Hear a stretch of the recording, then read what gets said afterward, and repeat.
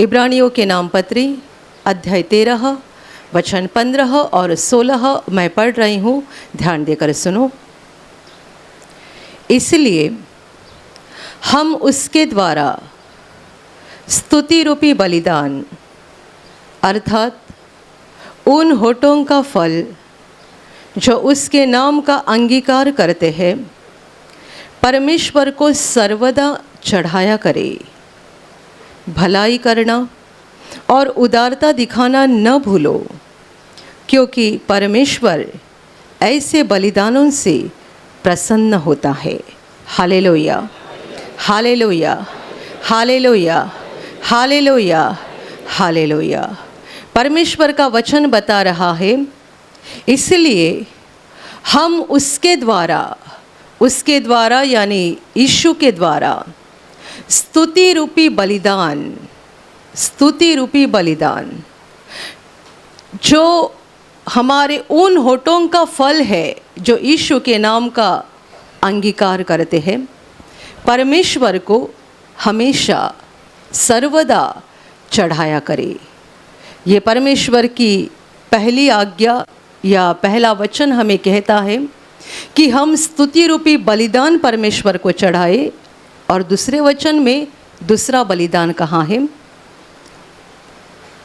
भलाई करना और उदारता दिखाना न भूलो, क्योंकि ऐसे बलिदानों से परमेश्वर प्रसन्न होता है। पहले वचन में स्तुति रूपी बलिदान कहाँ है और दूसरे वचन में भलाई करना और उदारता दिखाना इस बलिदान के विषय में कहाँ है। और आगे ऐसा साफ लिखा है कि ऐसे बलिदानों के द्वारा परमेश्वर खुश होता है, प्रसन्न होता है। Hallelujah, hallelujah. मेरे प्यारे भाइयों और बहनों, जब बलिदान का विषय आता है तब हम पुराने नियम में जानते हैं कि परमेश्वर को लोग क्या क्या बलि चढ़ाते थे और उनमें जानवर रहते थे। जानवरों का बलिदान परमेश्वर को चढ़ाया जाता था, उसका लहू चढ़ाया जाता था ताकि उस लहू के द्वारा पाप की क्षमा हो जाए। हर मनुष्य को हर साल बार बार जानवर का लहू बलिदान के तौर पे परमेश्वर को चढ़ाना पड़ता था पापों की क्षमा के लिए।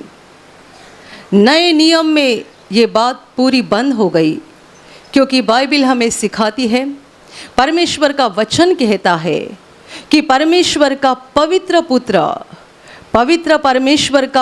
पुत्र यीशु मसीह ये परमेश्वर का एक निष्पाप और निर्दोष मेमना बन गया और उसने अपना लहू बहाया हमारी पाप मुक्ति के लिए। पूरे मानवता की पाप क्षमा के लिए यीशु ने अपना लहू बहाया। और इसीलिए अभी तुम्हें किसी भी जानवर का लहू परमेश्वर को बलिदान के तौर पर चढ़ाने की ज़रूरत नहीं है, क्योंकि परमेश्वर के पवित्र पुत्र ने अपने खुद के लहू को बहाया है। Hallelujah, hallelujah. पुराने नियम का सारा समय ऐसा ही चल रहा था कि लोग हर साल परमेश्वर के मंदिर में जाकर जानवर का लहू चढ़ाया करते थे। नए नियम में ये सारे रीति रिवाज बंद हो गए, एक ही के द्वारा, यीशु के क्रूस के बलिदान के द्वारा। जब यीशु का बलिदान हुआ, परमेश्वर कहता है अब मुझे किसी जानवर के लहू की ज़रूरत नहीं है, मेरे पुत्र ने उसका पवित्र लहू बहाया है तुम्हारी पाप क्षमा के लिए। बस एक ही काम करो, उस पर विश्वास करो कि वो तुम्हारी मुक्ति के लिए क्रूस पर मरा है। इस विश्वास के द्वारा मैं तुम्हें पापों से आज़ाद कर दूंगा। Hallelujah, hallelujah, hallelujah, hallelujah. मेरे प्यारे भाई और बहनों, वास्तविकता में परमेश्वर के मार्ग और परमेश्वर के रास्ते उसने मनुष्यों के लिए बहुत ही आसान कर दिए हैं। लेकिन हमें ऐसा लगता है कि परमेश्वर के रास्ते कठिन है और संसार के रास्ते आसान है। दुनिया के रास्ते हमें आसान नजर आते हैं, परमेश्वर का रास्ता कठिन नजर आता है। पर जिसके पास आत्मा की आंखें हो, जिसकी आत्मा की आंखें खुल गई है, वही जानता है कि संसार के रास्ते कठिन है, परमेश्वर का रास्ता आसान है। हमने जिंदगी भर बहुत पाप किए हैं, बहुत पाप, और यदि हर पाप का नतीजा हमारे ऊपर आ जाता है, यदि हर पाप का दंड हमारे ऊपर आ जाता है, तो हम अनंत काल अपने पापों की सजा उठाते रहते और कभी हंसेंगे नहीं, कभी खुशी में समय बिताएंगे नहीं, क्योंकि हमने पाप ही इतने किए हैं। और ऐसा नहीं कि हम आज कहेंगे आज तक मैंने पाप कर दिए, बस हो गया, आगे से मैं कुछ पाप नहीं करूँगा। ये भी नहीं होता है। हम फैसला तो बहुत करते हैं, बहुत तय करते हैं, तो भी बार बार गिरते जाते हैं। वजह यह है कि हम पापी मनुष्य है, हमारा स्वभाव पापी है, और इसीलिए चाहकर भी हम अच्छे या भले काम नहीं करते हैं, बुरे ही काम करते हैं। Hallelujah, hallelujah, hallelujah. मनुष्यों के पापों का नतीजा क्या है? नतीजा ये है कि धरती पर श्रापित बन जाना, बीमारियां, दुख, संकट, इन सबों में अपनी जिंदगी बिताते रहना। और पाप का भयानक नतीजा यह है कि मृत्यु के बाद अनंत काल के नरक में यानी आत्मा का विनाश हो जाना। कोई भी पापी आत्मा अनंत जीवन में नहीं पहुंच सकता है। जो पाप करता है उसके साथ यही होता है, धरती पर श्रापित जीवन बिताता है और मृत्यु के बाद अनंत काल के नरक में जाता है, जहां से उसे बचने की कोई उम्मीद नहीं रहती है। मेरे प्यारे भाइयों और बहनों, और इसी कारण पुराने नियम के यहूदी लोग बार बार हर साल परमेश्वर के मंदिर में जाकर जानवर का लहू चढ़ाया करते थे, क्योंकि परमेश्वर का वचन कहता है बिना लहू पापों की क्षमा नहीं हो सकती है। पापों की क्षमा के लिए लहू की जरूरत है, बिना लहू पापों की क्षमा नहीं होती है। और इसलिए ये लोग बार बार मंदिर में जाकर जानवर का लहू चढ़ाया करते थे। पूरे साल जो पाप मैंने किए हैं, ये लहू के द्वारा मुझे माफ़ी मिल जाए। अगले साल दोबारा जाएंगे, अगले साल दोबारा जाएंगे। ये सालों साल चलते रहा था, हजारों साल चलते रहा था। पर परमेश्वर ने इन सारी बातों को तब फुल स्टॉप दे दिया जब परमेश्वर का पुत्र धरती पर आया। उसने इस बात का ऐलान पहले ही कर दिया था कि मैं तुम्हारे पापों को उठाने के लिए आया हूं। और वो क्रूस पर बलिदान हुआ। जब यीशु को पकड़ा गया, उसका छल किया गया, उसको सताया गया और उसके दोनों हाथों में और पैरों में कीले मार दिए गए, उसको क्रूस पर लटकाया गया, तब ये सब करने वाले मनुष्य नहीं थे, परंतु उनके अंदर से बुरी आत्माएं, शैतान की आत्माएं काम कर रही थी। और शैतान प्रभु यीशु को दुख दे रहा था, क्योंकि यीशु पापी इंसान को शैतान के हाथ से छुड़ाना चाहता था। पाप की वजह से मनुष्य शैतान का गुलाम था और शैतान मनुष्य का अधिकारी था। प्रभु यीशु ने सारे दुख को अपने ऊपर लिया, सारी ताड़ना सही, सारा दर्द सहा और अपना बलिदान किया। यीशु के क्रूस पर उसने अपना लहू बहाया पाप मुक्ति के लिए, पाप क्षमा के लिए। और अभी परमेश्वर कहता है, अभी मुझे किसी जानवर के लहू की ज़रूरत नहीं है, मेरे पुत्र ने तुम्हारे लिए उसका पवित्र लहू बहाया है। ये पापी लहू नहीं है, ये पवित्र लहू है। और ये पवित्र लहू पूरी मानवता के पापों को शुद्ध करने के लिए, पूरी मानवता को पापों से आज़ाद करने के लिए समर्थ है। और इसलिए परमेश्वर का वचन कहता है, यीशु का लहू हमें हर पाप से शुद्ध कर देता है। Hallelujah, hallelujah, hallelujah, hallelujah.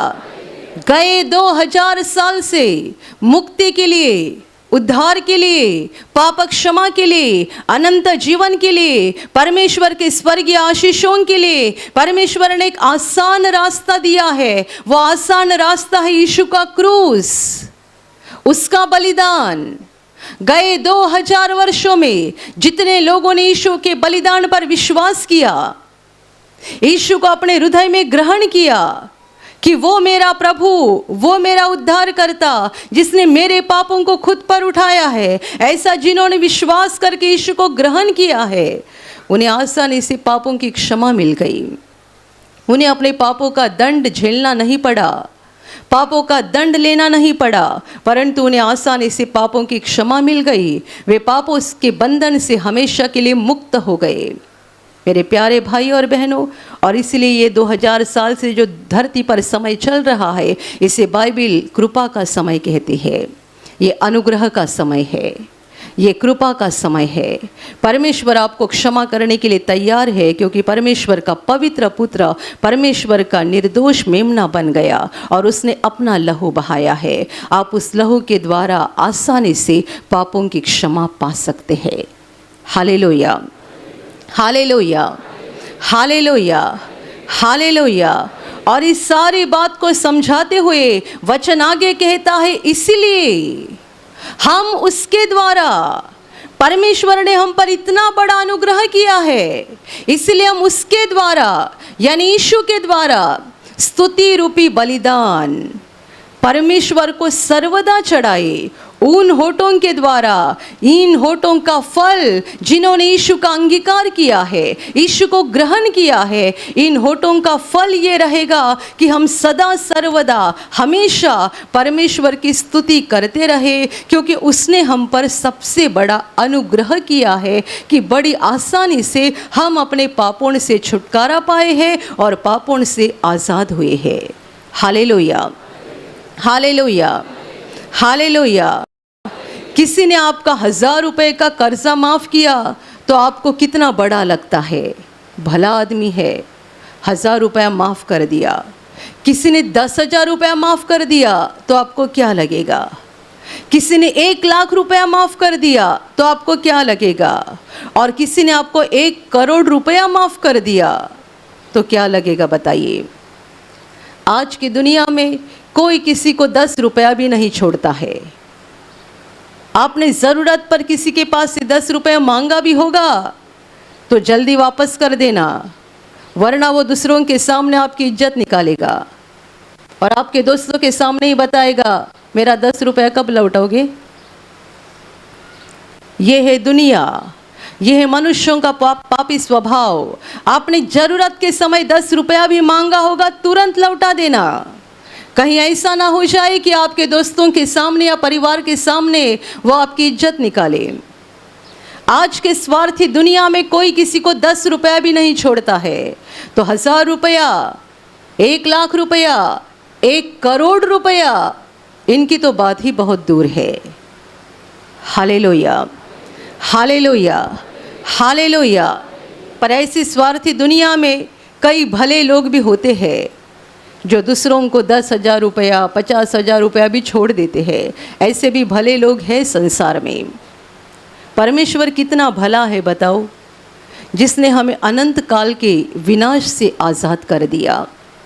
हम पापों में जन्मे, पापों में पले, पापों में बढ़े, दिन रात हम पाप करते रहे, परमेश्वर के खिलाफ ही अपनी ज़िंदगी बिताते रहे और हम इस योग्य नहीं कि परमेश्वर के सामने बैठे, हम इस योग्य नहीं कि परमेश्वर के सामने खड़े हो जाए, हम इस योग्य नहीं कि हम परमेश्वर के उस पवित्र घर में यानी स्वर्ग में पहुँचे। हम में से कोई नहीं है, मैं पापी हूँ, आप पापी है, संसार का हर मनुष्य पापी है। कोई इस काबिल नहीं है, इस लायक नहीं है कि हम परमेश्वर के सामने खड़े रह जाए।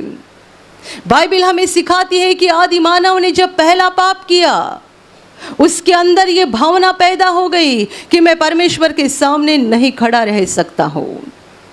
पहला पाप, जब तक उसने पाप नहीं किया था वो परमेश्वर के साथ एक दोस्त की तरह बातें करता था। जब उसने पहली बार परमेश्वर की आज्ञा को तोड़ दिया, पहली बार उसने पाप कर दिया, तब वो जाकर पेड़ के पीछे छिप गया, क्योंकि उससे ये हिम्मत नहीं हो रही थी कि मैं परमेश्वर के सामने आकर खड़ा हो जाऊं। एक पाप के बाद यदि मनुष्य की ये हालत थी तो बताइए हमारी हालत क्या हो जाएगी। हमने क्या एक पाप किए हैं? आज शाम नहीं रात सोने से पहले जब आप बिस्तर पर बैठेंगे, तब आप पहले आपके हाथ में एक पन्ना लेना, पेन लेना और याद करते जाओ, सुबह से लेकर अभी बिस्तर पर मैं आया हूँ तब तक दिन भर मैंने कितने पाप किए हैं। आज का दिन, आज 1 सितंबर है ना, 1 सितंबर 2024, रात को सोने से पहले बिस्तर पर बैठे बैठे पहले हाथ में पेन लेके लिखते जाओ, सुबह उठ जब मेरी आंखें खुल गई तब से अब तक दिन भर मैंने कितने पाप किए, कितने जन को उल्टा बोला, झूठ बोला, फंसाया, धक्का देके गाड़ी में चढ़ा, सारी बातों को याद करना। और शुरुआत घर से ही होती है, क्योंकि हमारा झगड़ा बाहर कम, घर में ज़्यादा होता है। बाहर वालों के साथ हम मीठी मीठी बातें करते हैं और घर में सबके साथ कड़वाहट के साथ बात करते हैं।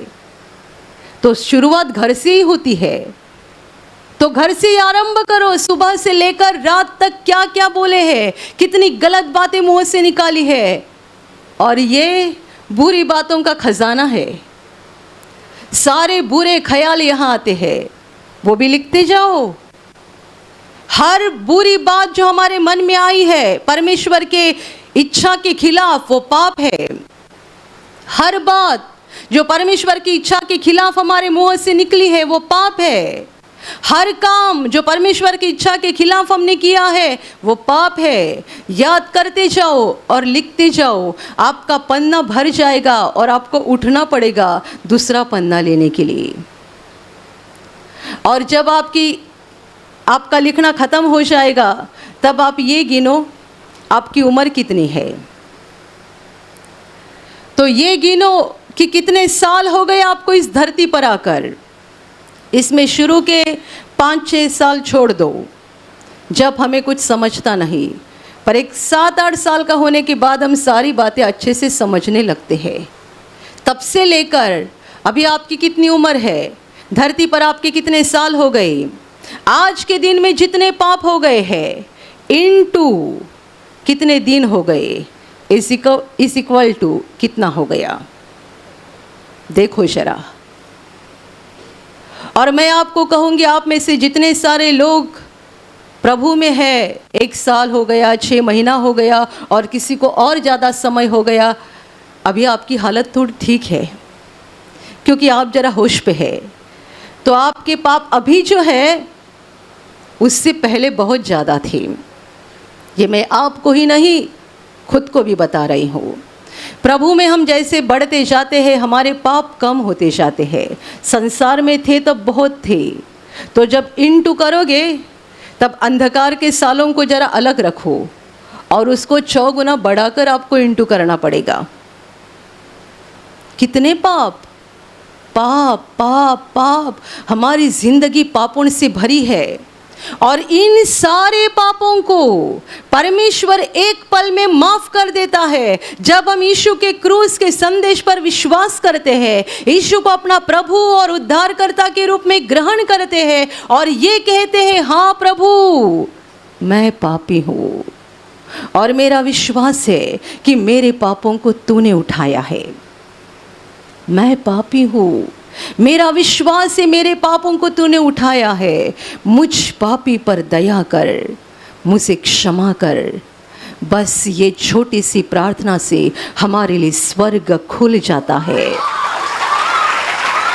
और स्वर्ग में सिंहासन पर विराजमान हमारा परमेश्वर पिता हमें कहता है, मैंने तुझे माफ कर दिया, आज से तू मेरा बेटा है, आज से तू मेरी बेटी है, मैंने तुझे ग्रहण कर लिया।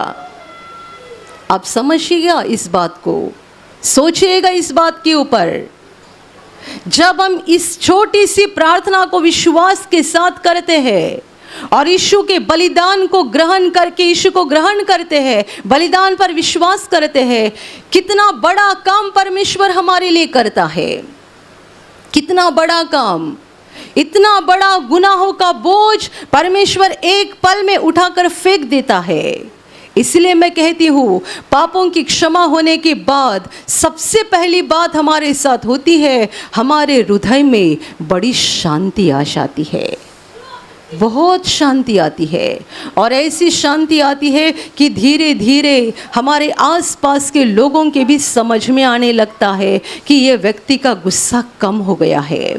जो पहले बहुत हर बात के ऊपर गुस्सा करते थे, बात के ऊपर झगड़ा करते थे, अभी वैसा करते नहीं है। वजह क्या है? वजह ये है कि अभी उनके आत्मा में परमेश्वर की शांति आ गई है।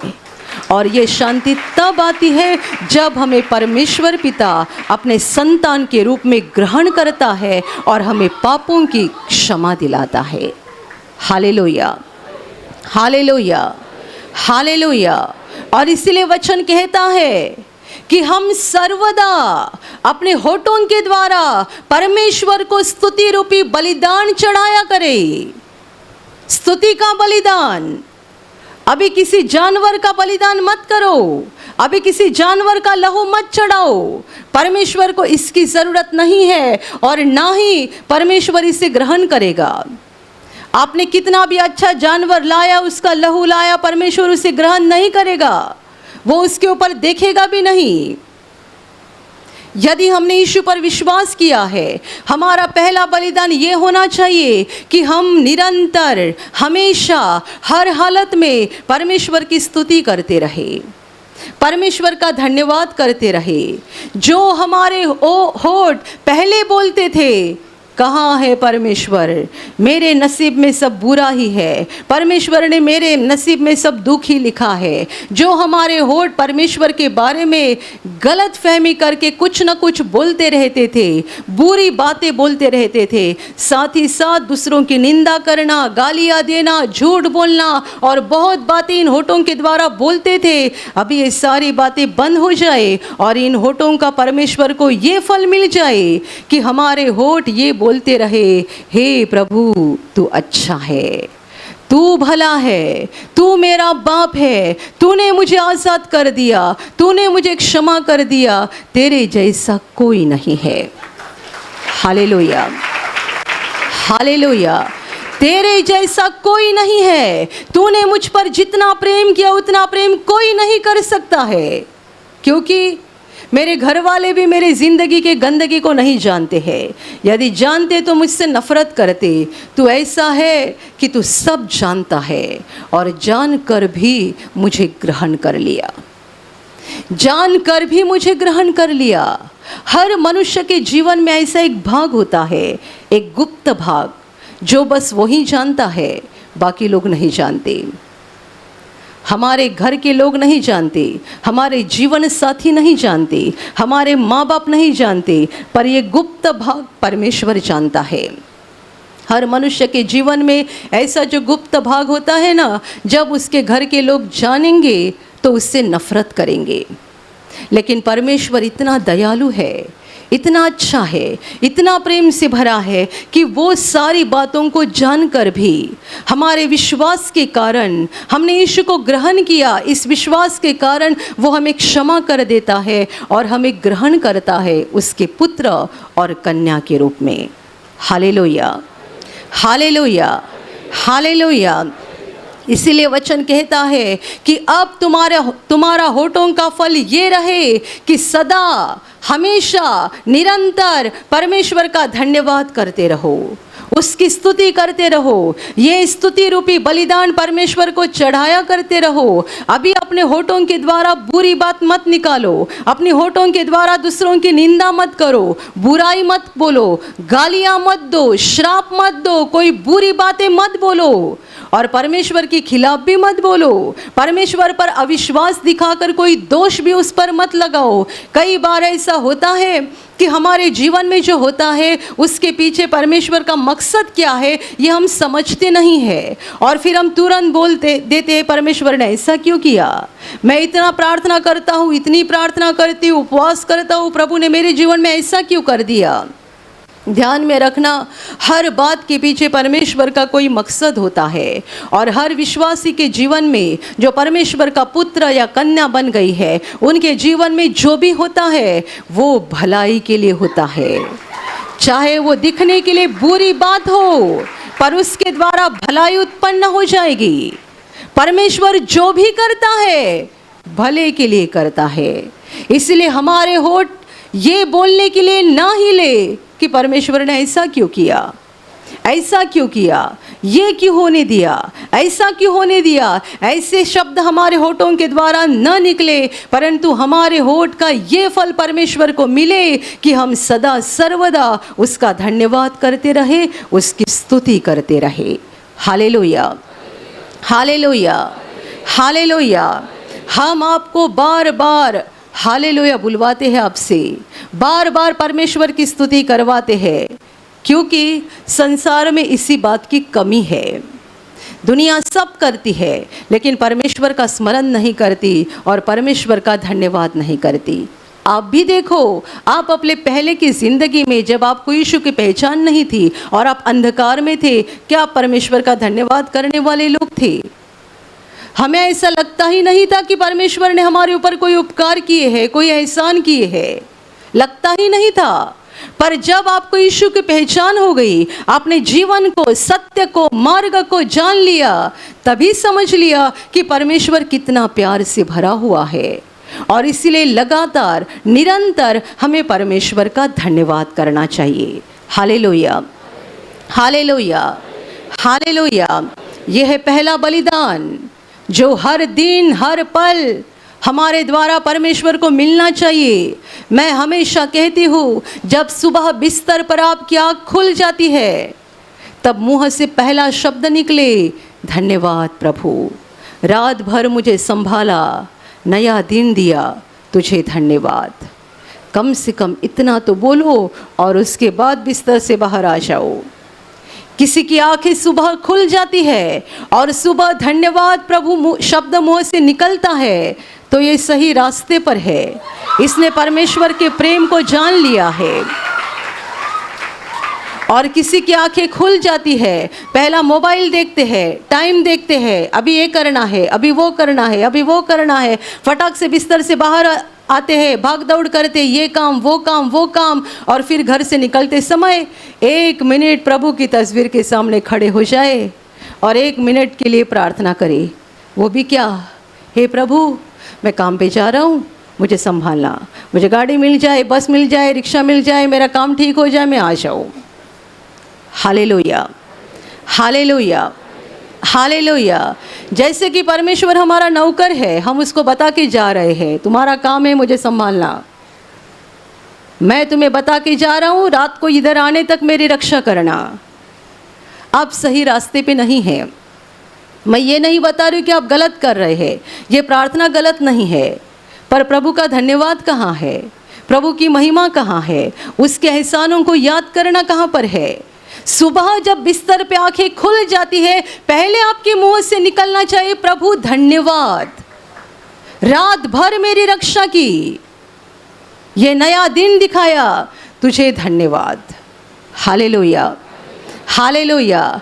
रात में यानी बीच रात में, आधी रात में कभी पेट में दर्द हुआ होगा और थोड़ा सा दर्द होने के कारण कुछ समय के लिए आपकी नींद लगी भी नहीं होगी, तो भी सुबह उठने के बाद बोलो तुझे धन्यवाद, क्योंकि पीड़ा देने वाला, दर्द देने वाला परमेश्वर नहीं है, वो दुष्ट शैतान है।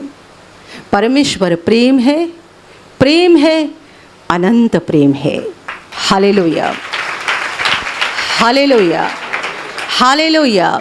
स्तुति रूपी बलिदान सर्वदा चढ़ाया करो। सुबह जब आंखें खुल जाती है तब शुरुआत होनी चाहिए, प्रभु तुझे धन्यवाद।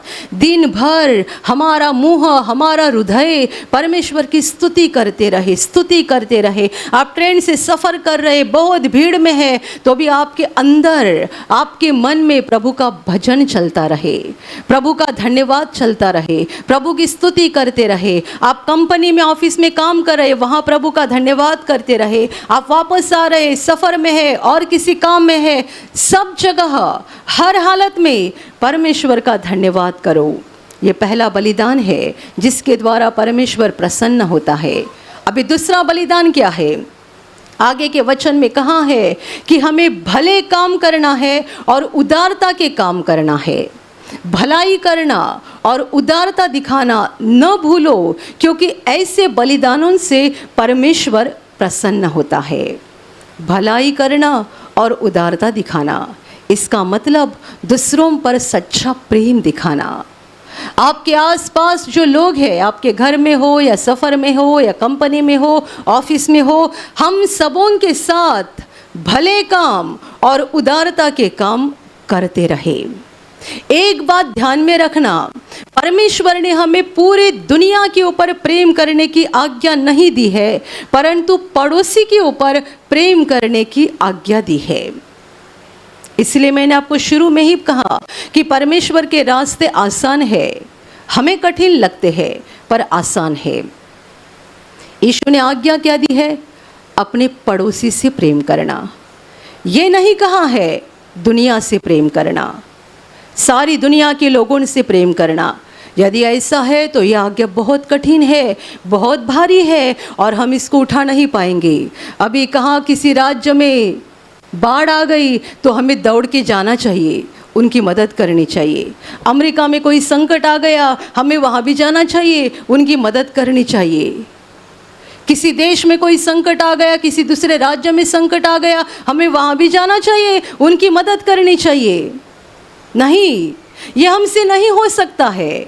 हम तो दुर्बल लोग हैं, हमारे शरीर को भी सीमा है, दिमाग को भी सीमा है। तो परमेश्वर की आज्ञा ये नहीं है पूरे संसार के लोगों के ऊपर प्रेम करो। परमेश्वर जानता है पूरे संसार के लोगों के ऊपर प्रेम करना उसका काम है, हम ये नहीं कर सकते हैं। हमारे लिए छोटी आज्ञा है, अपने पड़ोसी से प्रेम करो। अभी पड़ोसी कौन बताओ? तुम्हारा भाई तुम्हारा पड़ोसी है, तुम्हारी बहन तुम्हारी पड़ोसी है, पड़ोसन है, तुम्हारे माँ बाप और तुम्हारे घर के आसपास रहने वाले, तुम्हारे सास ससुर, तुम्हारे रिश्तेदार जो तुम्हारे करीब रहते हैं। जब तुम सफ़र करते हैं ट्रेन से या बस से या रास्ते से पैदल चल रहे हैं, तुम्हारे आसपास जो लोग हैं, तुम जहाँ काम करते हो वहाँ जो तुम्हारे आसपास है, यानी हम जहाँ कहीं रहते हैं वहाँ हमारे आसपास जो लोग हैं, उनमें जो दुर्बल है, कमज़ोर है, जिनको सहायता की ज़रूरत है, जिनको मदद की ज़रूरत है, उनके बारे में हम उदारता के काम करें, भलाई के काम करें, ये परमेश्वर की इच्छा है। Hallelujah, hallelujah, hallelujah, hallelujah. नहीं तो कोई बहन यहाँ पर होगी, वो कहेगी हाँ हाँ भले काम मैं करती हूँ। क्या करती हूँ? मैं कहीं एक अनाथ आश्रम में गई थी, वहाँ मैंने 100 बच्चों को खाना खिलाया, बहुत भला काम किया। घर में बिस्तर पर सास लेटी हुई है, उसको 1 गिलास पानी भी नहीं दे रही है। बिस्तर पर सास लेटी हुई है, उसके बारे में ये सोच रहे हैं कब खत्म हो जाएगी। प्रभु ने तुझे कहा है पड़ोसी पे प्रेम कर। अभी फिलहाल तेरी सास तेरी पड़ोसन है, उस पर प्रेम कर। सास जो बिस्तर पर लेटी है ना, उसको पानी दे, खाना दे, उसके नहाने की व्यवस्था कर, उसकी जितनी सेवा उसकी ज़रूरी है वो कर ले। यदि वो करेगी तो परमेश्वर ज़्यादा खुश हो जाएगा। लोग क्या करते हैं, इस गरीब की हमने मदद की, वीडियो बनाया यूट्यूब पर डाल दिया, उस गरीब की मदद की वीडियो बनाया यूट्यूब पर डाल दिया। घर में कोई बीमार पड़ा है उस पर देखते भी नहीं है, और ज़्यादातर घर में बूढ़े लोग होंगे तो उन पर नज़रअंदाज किया जाता है। Hallelujah, hallelujah. मैं आपको बताऊं, यह आपकी परीक्षा होती है। आपके परीक्षा के लिए आपके साथ ऐसा होता है। आपके घर में कोई बूढ़ी व्यक्ति बीमार हालत में है या उनको आपकी सहायता की ज़रूरत है, आप उनकी सहायता नहीं करते हैं और आप दुनिया के सामने दिखावा करने के लिए दूसरों की मदद करते हैं, ये परमेश्वर की नज़र में भले काम नहीं है। Hallelujah, hallelujah, hallelujah. आप भले काम करना चाहते, आप रास्ते से जाते हैं, कोई गरीब लोग, कोई भिखारी आपकी नज़र में आते हैं, उनके साथ भलाई के काम करो। पर ये नहीं कि आप गरीब को ढूंढते जाओ और उनकी मदद करो और यूट्यूब पर दिखाओ, और घर में जिनको आपकी ज़रूरत है वो पड़े हैं, उनकी आप मदद नहीं करते हैं। इसलिए मैंने कहा, यीशु ने आज्ञा दी है पड़ोसी से प्रेम करना। आपके आसपास जो भाई बहन है, जो लोग हैं, उनसे प्रेम करो। Hallelujah, hallelujah, hallelujah. भलाई करना, और उदारता दिखाना न भूलो, क्योंकि ऐसे बलिदानों से परमेश्वर प्रसन्न होता है। ये जो पहला बलिदान है, स्तुति रूपी बलिदान, हमारे होठों का फल कि हम निरंतर परमेश्वर की महिमा करते रहे, निरंतर परमेश्वर का धन्यवाद करते रहे, ये एक बलिदान काफ़ी नहीं है। ध्यान में रखना, ये एक बलिदान काफ़ी नहीं है। आप कहेंगे मैंने 100 बार हालेलुया बोल दिया, मैंने 1000 बार हालेलुया बोल दिया, परमेश्वर को कितना बड़ा बलि चढ़ाया। और रास्ते से जा रहे हैं, किसी को मदद की ज़रूरत है, उन पर नज़रअंदाज करके निकल गए। आपके घर में कोई है जिनकी आपको सेवा करने की ज़रूरत है, आपने उन पर नज़रअंदाज कर दिया और आप कहेंगे मैंने 10,000 बार हालेलुया बोल दिया। फ़ायदा नहीं है। परमेश्वर उदार है, परमेश्वर भला है, वो सारे भले काम करता है और इसीलिए वो हमें भी आज्ञा देता है कि हम भी उसकी तरह उदारता के और भलाई के काम करें, क्योंकि हम यीशु के लहू के द्वारा परमेश्वर की संतान बन गए हैं। Hallelujah, hallelujah, hallelujah. कोई व्यक्ति बहुत अच्छा जीवन जीता है, यानी दुनिया की नज़र में अच्छा व्यक्ति रहता है, लोग उसे भला मनुष्य कहते हैं। और यदि उसका बेटा बिगड़ जाए और गलत काम करे तो दुनिया के लोग क्या कहेंगे? बाप कैसा और बेटा कैसा। बाप दूसरों की मदद करने वाला है और बेटा तो एकदम खराब निकला। हम वैसे ना बन जाए। हमारा बाप भलाई करने वाला और उदारता के काम करने वाला है। यदि हम उसके बच्चे हैं तो हमें भी दूसरों के ऊपर तरस आनी चाहिए, हमें भी दूसरों के बारे में दया दिखानी चाहिए, करुणा दिखानी चाहिए। यदि हमें दूसरों के लिए प्रेम, दया, करुणा नहीं है तो हम परमेश्वर के बच्चे कैसे हो सकते हैं? बताइए, बताइए, हम परमेश्वर के बच्चे कैसे हो सकते हैं? कितने सारे लोगों के घर में ही ऐसे लोग हैं कि आपको उनकी सेवा करने की ज़रूरत है और आप करते नहीं हैं। कितने बार तो ऐसा भी होता है, पति बीमार हो जाता है और बहुत दिन तक बीमार रहता है। ज़्यादातर यदि पति रिटायर्ड हो गया है और बीमार हो गया है तो पत्नी सेवा करते करते थक जाती है और मन में ये सोचती है या तो ठीक हो जाए या तो ख़त्म हो जाए, क्योंकि अभी रिटायर्ड हो गए ना तो अभी उनका काम भी ख़त्म हो गया। ये मैं आपको मजाक नहीं बता रही हूँ, मैंने ऐसे लोगों को देखा है, ये सच्ची बातें है। पति रिटायर्ड हो गया और अभी बीमार हो गया तो उसकी सेवा करने को पत्नी राजी नहीं होती है। 10 दिन 15 दिन सेवा हो गई कि पत्नी इतनी परेशान हो जाती है, लगता है या तो ठीक हो जाए या तो ख़त्म हो जाए, क्योंकि अभी उसको पति की ज़रूरत नहीं है। अभी बच्चे बड़े हो गए, बच्चे कमा रहे हैं, पति की ज़रूरत नहीं है। Hallelujah, hallelujah, hallelujah. आपके आसपास ढूंढो कि आपको कहाँ भले काम करना है, कहाँ उदारता के काम करने हैं। यहाँ प्रार्थना में जब आप बैठते हैं, यहाँ कभी कोई बीमार लोग रहते हैं, कई बूढ़े लोग रहते हैं, कई दुर्बल लोग रहते हैं, आप उनकी मदद करें, आप उनकी सहायता करें। जब आप यहाँ से वापस जाते हैं, आपके सफ़र में आप जब दुर्बल लोगों को देखते हैं, आप उनकी मदद करो। जिनको दया दिखाने की, करुणा दिखाने की ज़रूरत है, उनको दिखाना चाहिए। ये हमारे भले काम है, ये हमारे उदारता के काम है। और वचन कहता है ऐसे बलिदानों से परमेश्वर प्रसन्न होता है। Hallelujah, hallelujah, hallelujah. कोई 10,000 बार हालेलुया बोले और घर में कोई बीमार है उसकी सेवा ना करे तो प्रभु कहेगा पहले उसकी सेवा कर, पहले उस पर प्रेम दिखा, पहले उस पर तरस खा, क्योंकि ये मेरा स्वभाव है। तरस खाना, प्रेम करना, करुणा करना, दया दिखाना, ये परमेश्वर का स्वभाव है। और यदि हम परमेश्वर के बच्चे हैं तो हमारे अंदर भी ये स्वभाव आना चाहिए। Hallelujah, hallelujah. मेरे प्यारे भाइयों और बहनों, परमेश्वर ने हमें मुफ्त में पापों की क्षमा दिलाई है यीशु के क्रूस के बलिदान के द्वारा। मुफ्त में पापों की क्षमा, मुफ्त में स्वर्ग के आशीष, मुफ्त में पवित्र आत्मा, मुफ्त में चंगाई। आप में से कितने सारे लोग यहाँ बड़े बड़े बीमारी से चंगे हुए हैं? आप बताइएगा कि आपने चंगाई पाने के लिए कितना पैसा दिया है। यहाँ बहुत है जिनका दमा ठीक हो गया है, बहुत है जिनका कैंसर ठीक हो गया है, कितने सारे लोगों की सालों साल की बीमारी ठीक हो गई है। आपने कितना पैसा भरा है जिसके द्वारा आपको ये चंगाई मिली। अभी आपको आना जाना करने के लिए पैसा लगा होगा, उतना तो देना ही पड़ेगा। पर क्या परमेश्वर ने आपसे कोई पैसा लिया है? क्या हमने आपसे कोई पैसा मांगा है? हम तो किसी चंगाई का पैसा ले नहीं सकते हैं। यीशु ने आज्ञा दी है, तुम्हें मुफ्त में मिला है, मुफ्त में बांटते जाओ। परमेश्वर का आशीर्वाद, परमेश्वर का सामर्थ, परमेश्वर का ज्ञान जो हमें परमेश्वर के द्वारा मुफ्त में मिला है, हम मुफ्त में बांट रहे हैं। हम आपके लिए प्रार्थना करने के पैसे नहीं लेते हैं, चंगाई के पैसे नहीं लेते हैं। हजारों लोग शराब से मुक्त हो गए हैं, कितने बुरे व्यसन से मुक्त हो गए हैं हजारों लोग।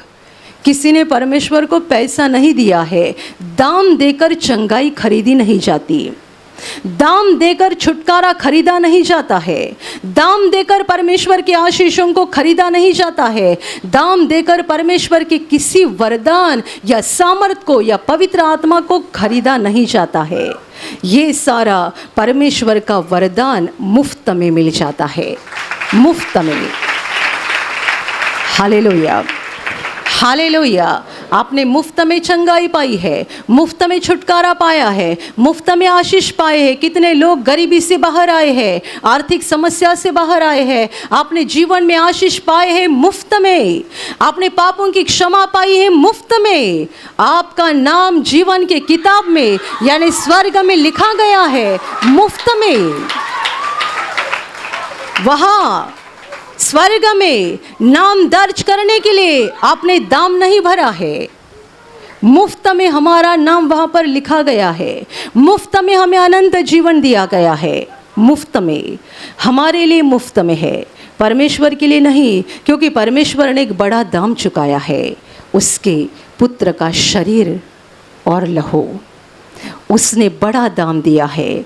और इसलिए परमेश्वर का वचन हमें यह भी कहता है, तुम दाम देकर खरीदे गए हो। यीशु ने अपना लहू बहाकर, अपना शरीर और लहू देकर हमें खरीदा है, लेकिन हमें सारी बातें मुफ्त में मिल गई है। Hallelujah, hallelujah, hallelujah.